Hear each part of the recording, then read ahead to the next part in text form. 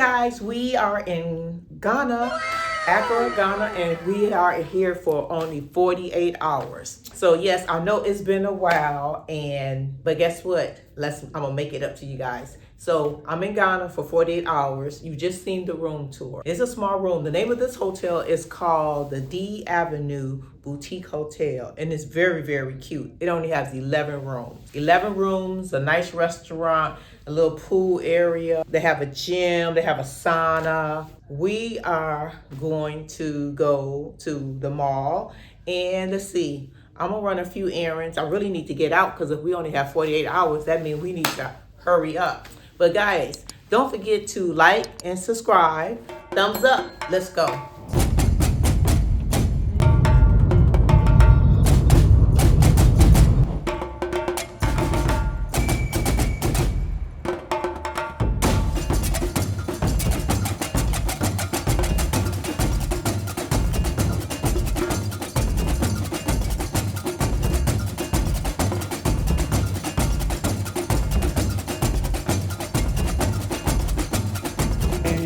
They turned it into a slave market. Whilst it was the market, Ghana was estimated to have 63 slave markets. But 57 out of the 63 markets was managed by the Europeans. But of all the markets, many historians have spoken about two markets that played the most important role. The largest markets are the northern parts of the country, and the name for that market was the Salaga slave market. The second largest market, which became the busiest of the markets, is where we are now, Assin Manso. So when the captives were brought to Assin Manso to be auctioned out and sold, many of the captives escaped. But those that escaped, they cannot be walking around these communities because they can be recaptured. So they moved and they hid in a cave, and they named the cave Yabua Ano.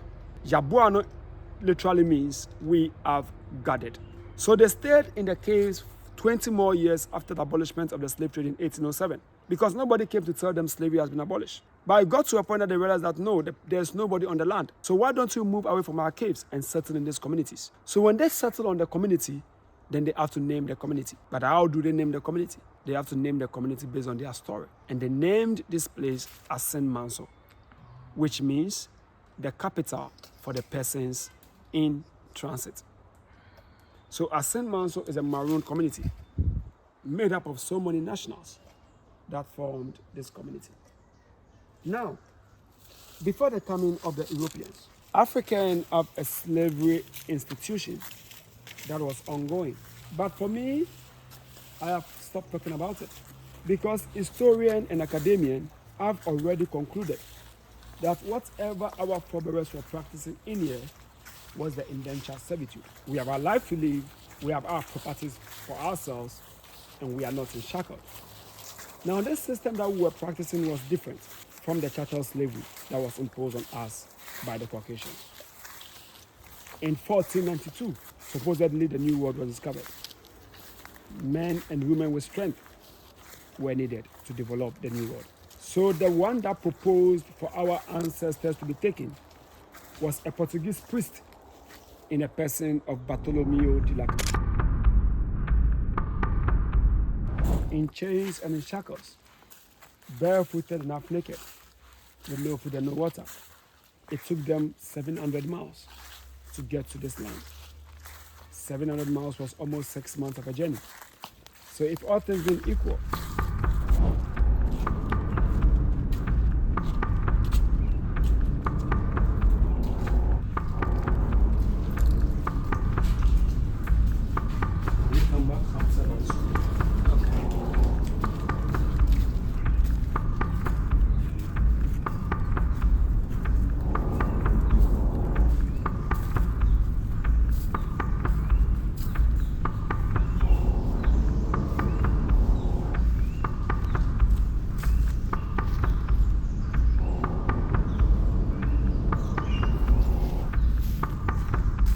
when your ancestors came over to this river, many of them was brought in here in the rainy season.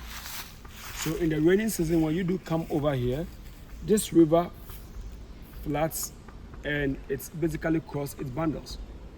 And it is a very big river. So whenever the captives brought them in here, the river was very, very flooded. So they used the chains around their waist and they lowered them in there in order to take their last bath. But the rivers we are seeing here today are not the same river. They are two separate rivers. When you observe carefully, you can see that this river is even different from that river. This river flows through this direction and connects to this river over here. The name for this river became the Ochi River.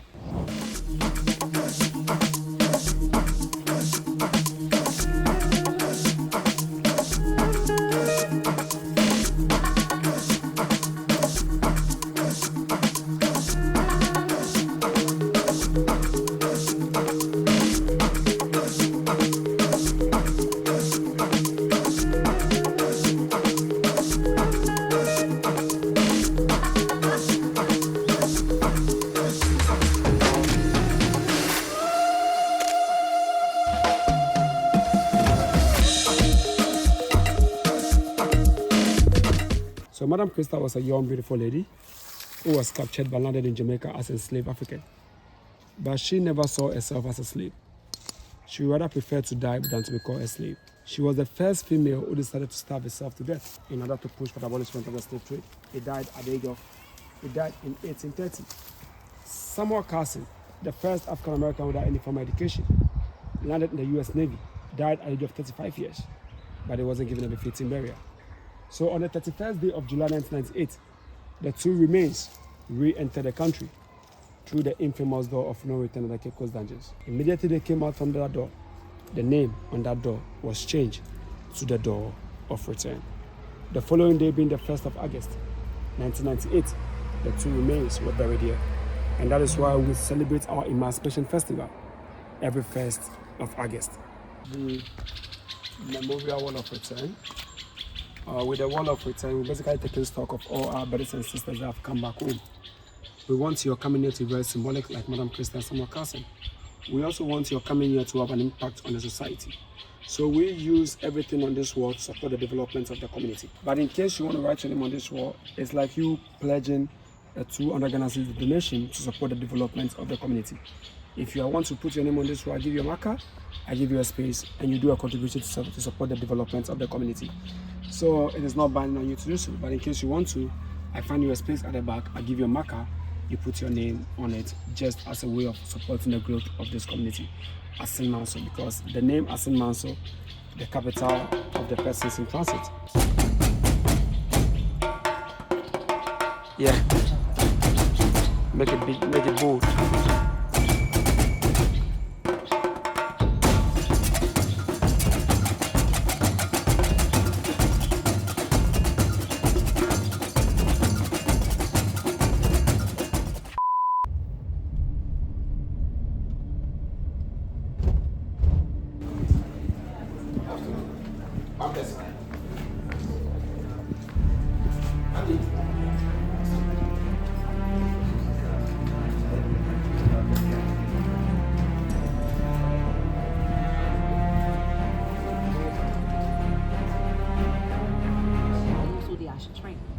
After the auction, there is branding.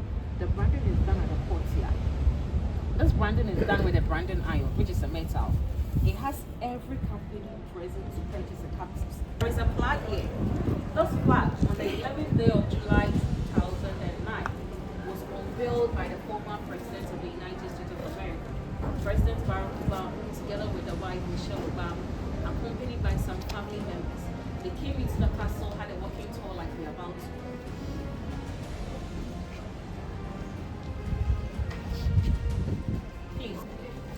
So we are going to go into the male enslaved dungeon. It is 4 steps down. Let's go.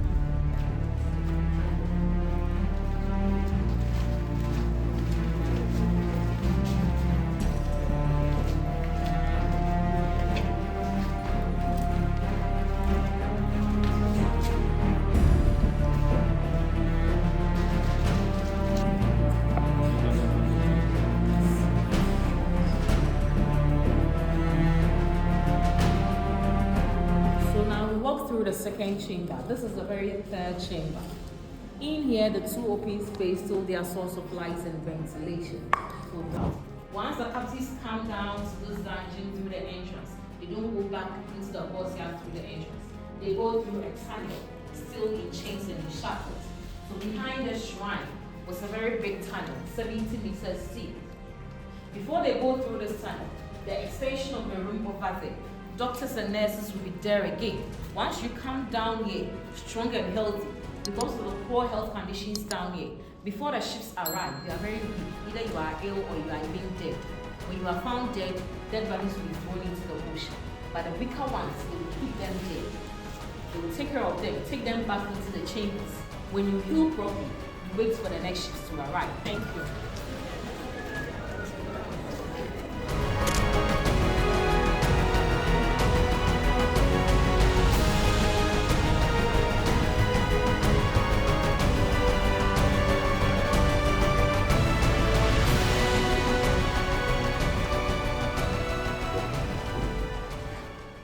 So this is the inside of the condemned cell.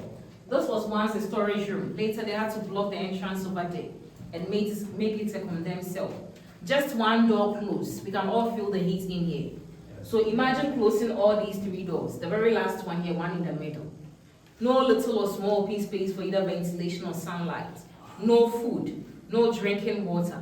You would have to starve, suffocate, and die. Please let me switch on the light.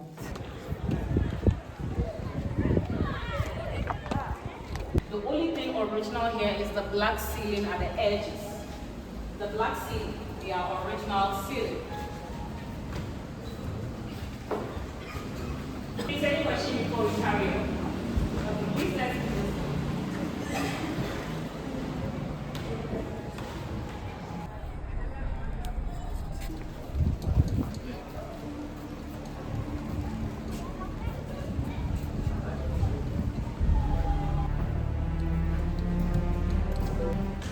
So while we stand now, a quick look in here. This is the McLean's hall.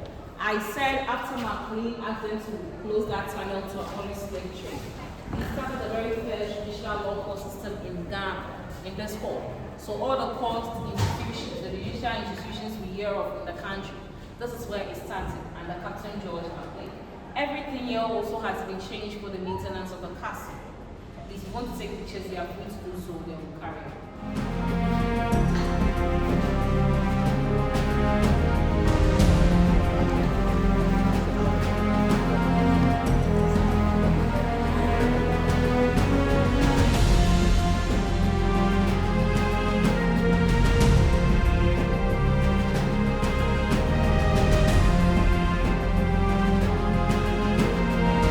They would have to go to the female enslaved dungeon, pinpoint a woman of their choice, wash them up, bring them up to their chambers, rape them against their will. Right after their pleasures has been satisfied, they take these females back to continue waiting for ships to arrive. Captain George McLean, he was the only governor or only white man that had his wife coming in to visit, Letitia Elizabeth London. But 2 months upon her arrival, she was found dead in this bedroom with a bottle of poison right beside her. The school of thought has about 3 rumors surrounding her death. We are not going to talk about the rumors now. She's been buried at the graveyard. We'll go down to the graveyard.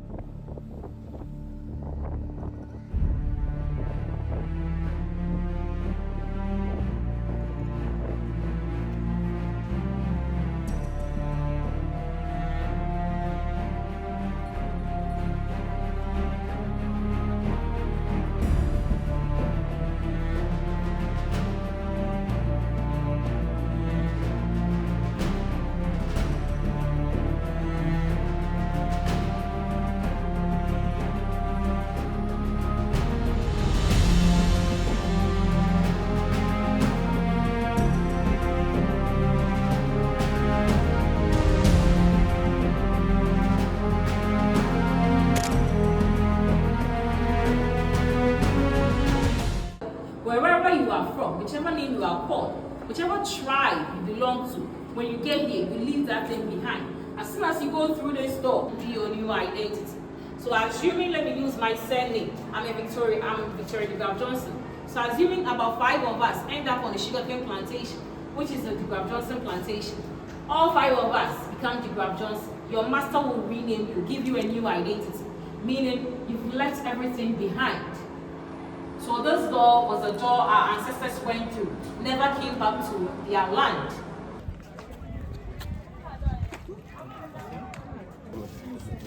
The masters are supposed to come down here and supervise the success of the transportation, but they felt this short and narrow open space wasn't meant for them. So they will come down through a golden staircase. So this staircase was their golden staircase, where the masters will come down and supervise the transportation. Originally, this whole place wasn't a fishing community. The ocean will come right in the staircase. The whole place was their happy. Anytime they want to feel relaxed, they come in here. Meanwhile, human beings were being wash-watered on this same ship. Bigger ships couldn't come to the shore. They would dock at the middle of the ocean. They would bring smaller boats down here. The smaller boats would convey parties into the bigger ships. When they get onto the ship, they are being packed on top of each other. When they realize there are pregnant women on the ships,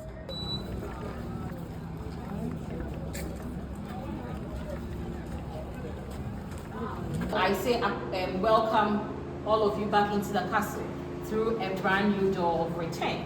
Before we entered into the male enslaved dungeon, I made mention of 2 plaques. I said one was unveiled by Barack Obama and the wife. The other I said 1992. The National House of Chiefs when Ghana was having its first Pan-African historic.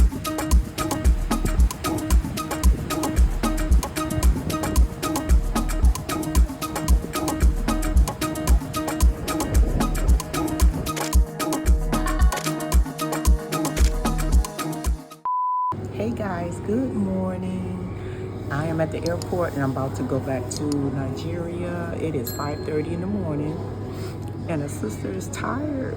But anyway, I enjoyed my experience here. As you guys saw in the video, it's a real experience to go there to that, the last bath. I think it was the door of no return, and then at the castle. I know a lot of people come to Ghana for the party, but this time, like I said, I came for the history. I really enjoyed myself. I didn't get a chance to do everything, but I'm gonna come back. I'm about to leave. Our flight leaves at 6:30, and it's not really a lot of people here at the airport. I'm really thinking I like being at the airport early in the morning because it's so peaceful. When I get back to Nigeria, I'll check in with you guys.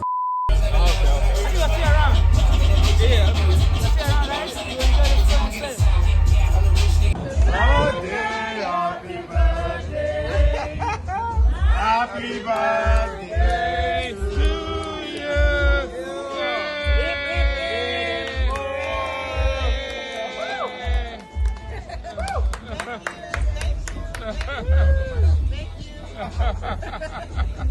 I thought it was somebody else's birthday. Happy birthday. Happy birthday. Many more, many more.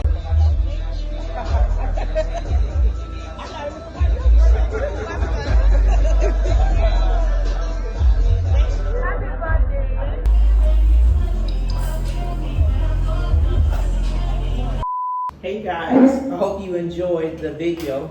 I wanted to talk about that the trip was really nice. I only had like really 48 hours to do what I had to do because I had needed to really be back here in Nigeria. Also, that was like a pre-birthday trip because as you've seen in the video that my birthday was the 3rd.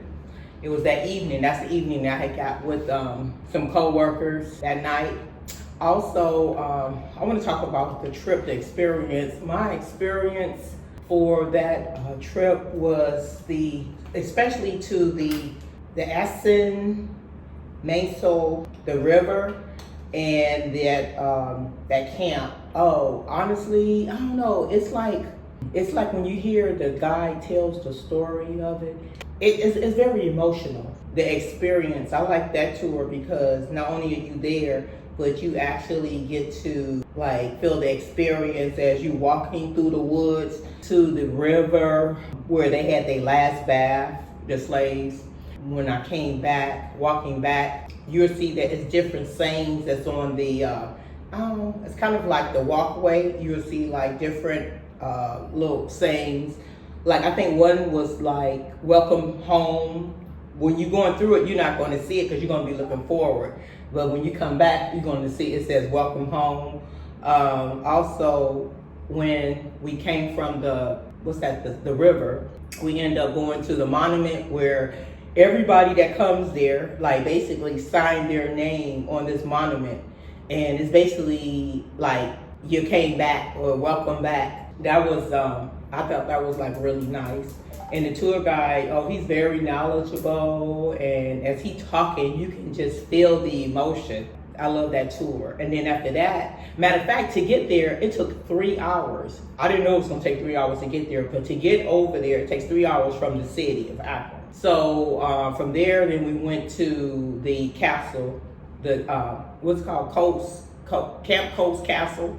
That was like about a good like 25 minutes away from where you have your like the last bath. But anyway, the Camp Coast Castle was basically where it was like the dungeons where they kept the slaves. They had the female dungeon. The tour guide, she was like very good also with telling the what happened back then, with the emotion and everything. And as you listening to this and feeling this, going through the experience of, the tunnels, the dungeons, you actually can just imagine.